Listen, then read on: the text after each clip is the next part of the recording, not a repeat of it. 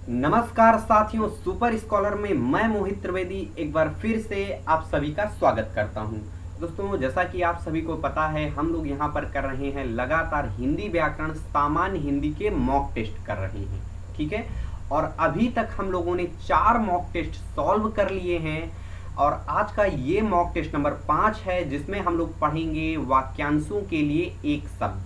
ठीक है, और ये वीडियो आपका उन सभी परीक्षाओं के लिए उपयोगी होगा जहां पर अनिवार्य रूप से हिंदी पूछी जाती है।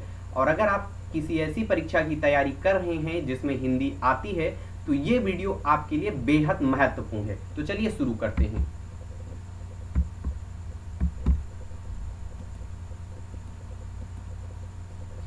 तो लास्ट वीडियो में मैंने आपसे एक सवाल पूछा था और सवाल था आपका कहावत शब्द में प्रयुक्त प्रत्यय है। ठीक है, कहावत शब्द में प्रयुक्त प्रत्यय है और ऑप्शन आपके दे रखे थे कुछ इस प्रकार से।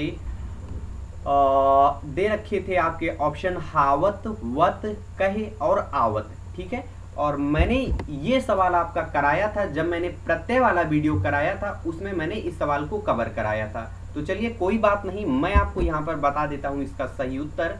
तो भाई देखो, कहावत शब्द में जो प्रयुक्त प्रत्यय है वह है आपका आवत। कौन सा प्रत्यय प्रयुक्त है? आवत प्रत्यय।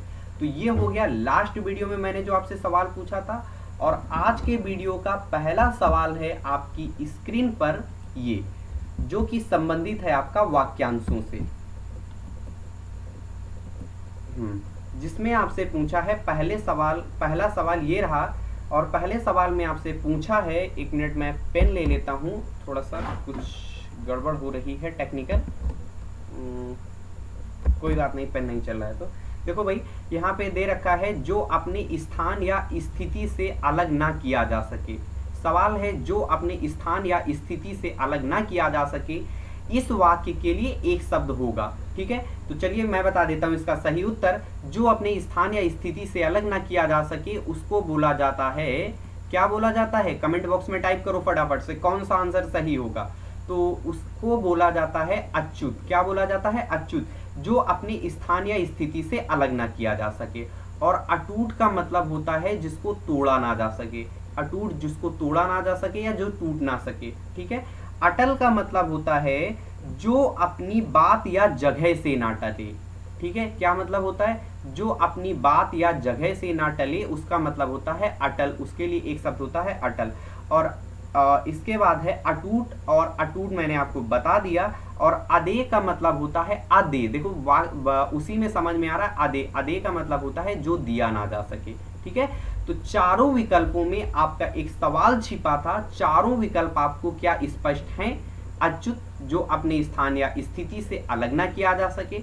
अटूट, जिसको तोड़ा ना जा सके। और अटल का मतलब होता है जो अपनी बात या जगह से ना टले।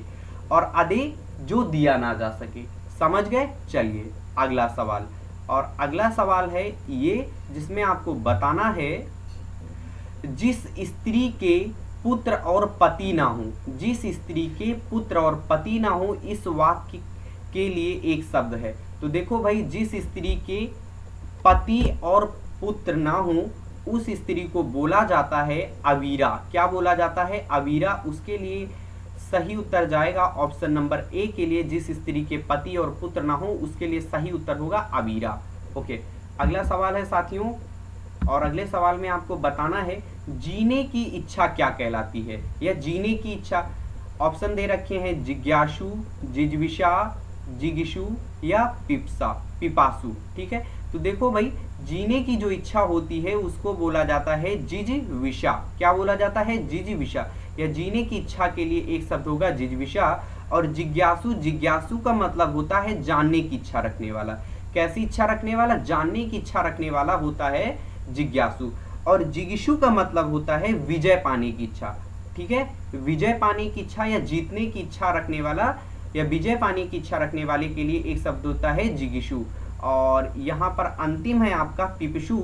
तो पिपसु बोलते हैं पीने की इच्छा रखने वाले को। किसको बोलते हैं? पीने की इच्छा रखने वाले को पिपसु, जीने की इच्छा रखने वाले को जिज्विषा, और जानने की इच्छा रखने वाला, ठीक है, जानने की इच्छा रखने वाले को जिज्ञासु, और जिगिसु बोलते हैं विजय पाने की इच्छा रखने वाला। समझ गए? चीजें स्पष्ट हैं? चलिए अगला सवाल, और अगले सवाल में आपको बताना है पाप करने के बाद स्वयं को दंड देना, या पाप करने के बाद स्वयं दंड पाना के लिए एक शब्द होता है प्रायश्चित। क्या होता है भाई? प्रायश्चित।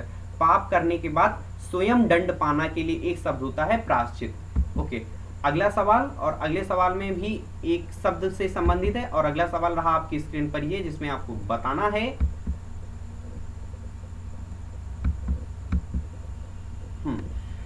बहुत ही अच्छा सवाल है, जिसमें पूछा है पूर्व और उत्तर के बीच की दिशा क्या कहलाती है, या पूर्व और उत्तर के बीच की दिशा को क्या कहते हैं।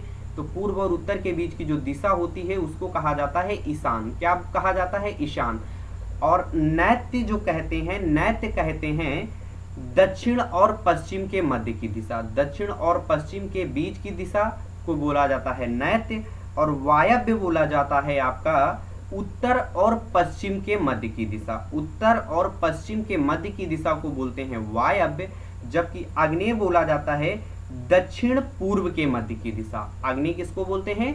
दक्षिण पूर्व के मध्य की दिशा। समझ गए? ईशान का मतलब होता है पूर्व और उत्तर के बीच की दिशा, नैत्य का मतलब होता है दक्षिण पश्चिम के बीच की दिशा, और वायव्य का मतलब होता है उत्तर पश्चिम के मध्य की दिशा, और आग्नेय का मतलब होता है दक्षिण पूर्व के मध्य की दिशा। तो चारों विकल्पों में आपका एक सवाल छिपा था, चारों आपको स्पष्ट हो गए होंगे।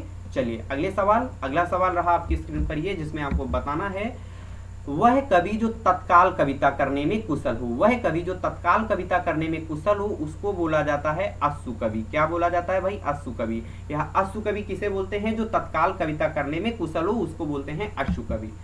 अगला सवाल, अगले सवाल में आपको बताना है जो धरती फोड़कर जन्मा हो। तो देखो भाई, जो धरती फोड़कर जन्मा हो उसके लिए एक शब्द होता है आपका उद्भिज। क्या होता है? उद्भिज। ओके, अगला सवाल, एक ही समय में वर्तमान। एक ही समय में वर्तमान के लिए एक शब्द होता है आपका समसामयिक। क्या होता है भाई? समसामयिक। एक ही समय में वर्तमान के लिए जो सही उत्तर जाएगा वो जाएगा समसामयिक के लिए। पार्थिव, पार्थिव एक शब्द दे रखा है और यहाँ पे वाक्य दिए हैं, इनमें बताना है इस पार्थिव शब्द का संबंध किससे है। तो देखो भाई, पार्थिव जिसका संबंध मनुष्य से हो, जिसका संबंध प्रथा से हो, जिसका संबंध ईश्वर से हो, या जिसका संबंध पृथ्वी से है। ठीक है, तो पार्थिव का मतलब होता है जिसका संबंध पृथ्वी से है। ठीक है, जिसका संबंध पृथ्वी से है उसी को बोलते हैं क्या? पार्थिव। समझ गए? चीजें स्पष्ट हैं? चलिए अगला सवाल, और अगले सवाल में बताना है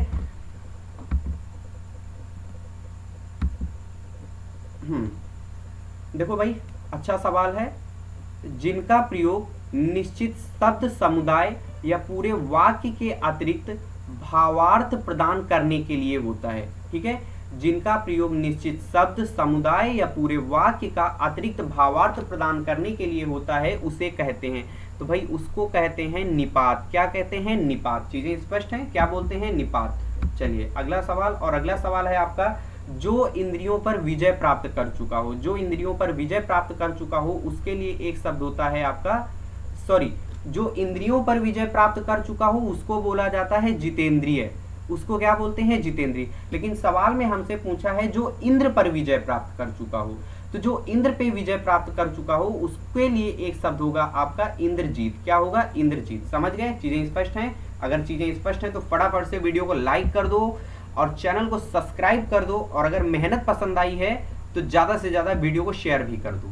ठीक है भाई? चलिए, और अगले सवाल में बताना है उच्च कुल में पैदा व्यक्ति। उच्च कुल में जो पैदा व्यक्ति होता है उसके लिए एक शब्द होता है आपका कुलीन।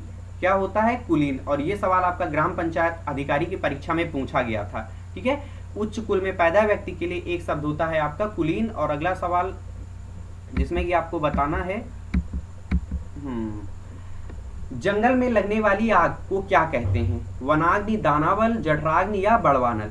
देखो भाई, जंगल में जो लगने वाली आग होती है उसको बोला जाता है, क्या बोला जाता है जंगल में लगने वाली आग को? बताओ फटाफट से कमेंट बॉक्स में।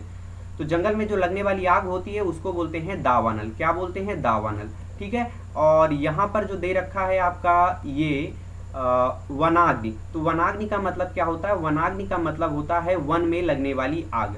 तो वन में लगने वाली आग के लिए जो एक शब्द होता है उसको बोलते हैं वनाग्नि।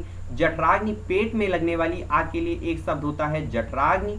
ठीक है, पेट में लगने वाली आग के लिए एक शब्द होता है जठराग्नि। जबकि समुद्र में लगने वाली आग के लिए एक शब्द होता है आपका बड़वाग्न या बड़वानल। समझ गए? चीजें स्पष्ट हैं? चलिए अगला सवाल, और अगले सवाल में आपको बताना है जिसके बराबर कोई ना हो। तो जिसके बराबर कोई ना हो उसके लिए जो एक शब्द होगा वो होगा आपका अनुपम। क्या होगा? अनुपम। ठीक है, अगला सवाल।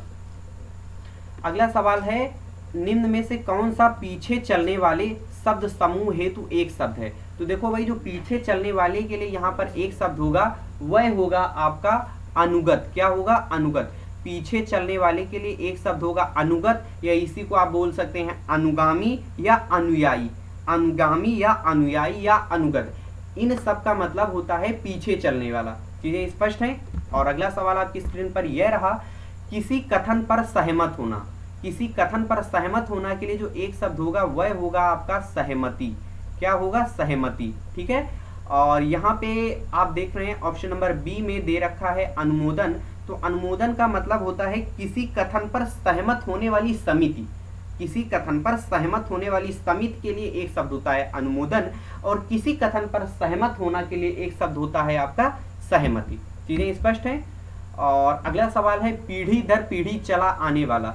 तो पीढ़ी दर पीढ़ी चला आने वाला के लिए एक शब्द होता है आपका, क्या होता है? अन्व्यागत। पीढ़ी दर पीढ़ी चला आने वाला के लिए एक शब्द होता है आपका अन्व्यागत। चीजें स्पष्ट हैं? चलिए, कंजूसी से धन व्यय करने वाला। तो कंजूसी से धन व्यय करने वाला के लिए एक शब्द होगा आपका कृपण। कंजूसी से जो धन व्यय करता है उसको बोलते हैं कृपण, और जो कम धन व्यय करता है, जो कम धन व्यय करता हो या बहुत कम धन व्यय करता हो या तो उसको बोलते हैं मितव्ययी। कंजूसी से धन व्यय करने वाला हो जाएगा कृपण, और जो कम धन व्यय करता हो उसको बोलते हैं मितव्ययी। चीजें स्पष्ट हैं?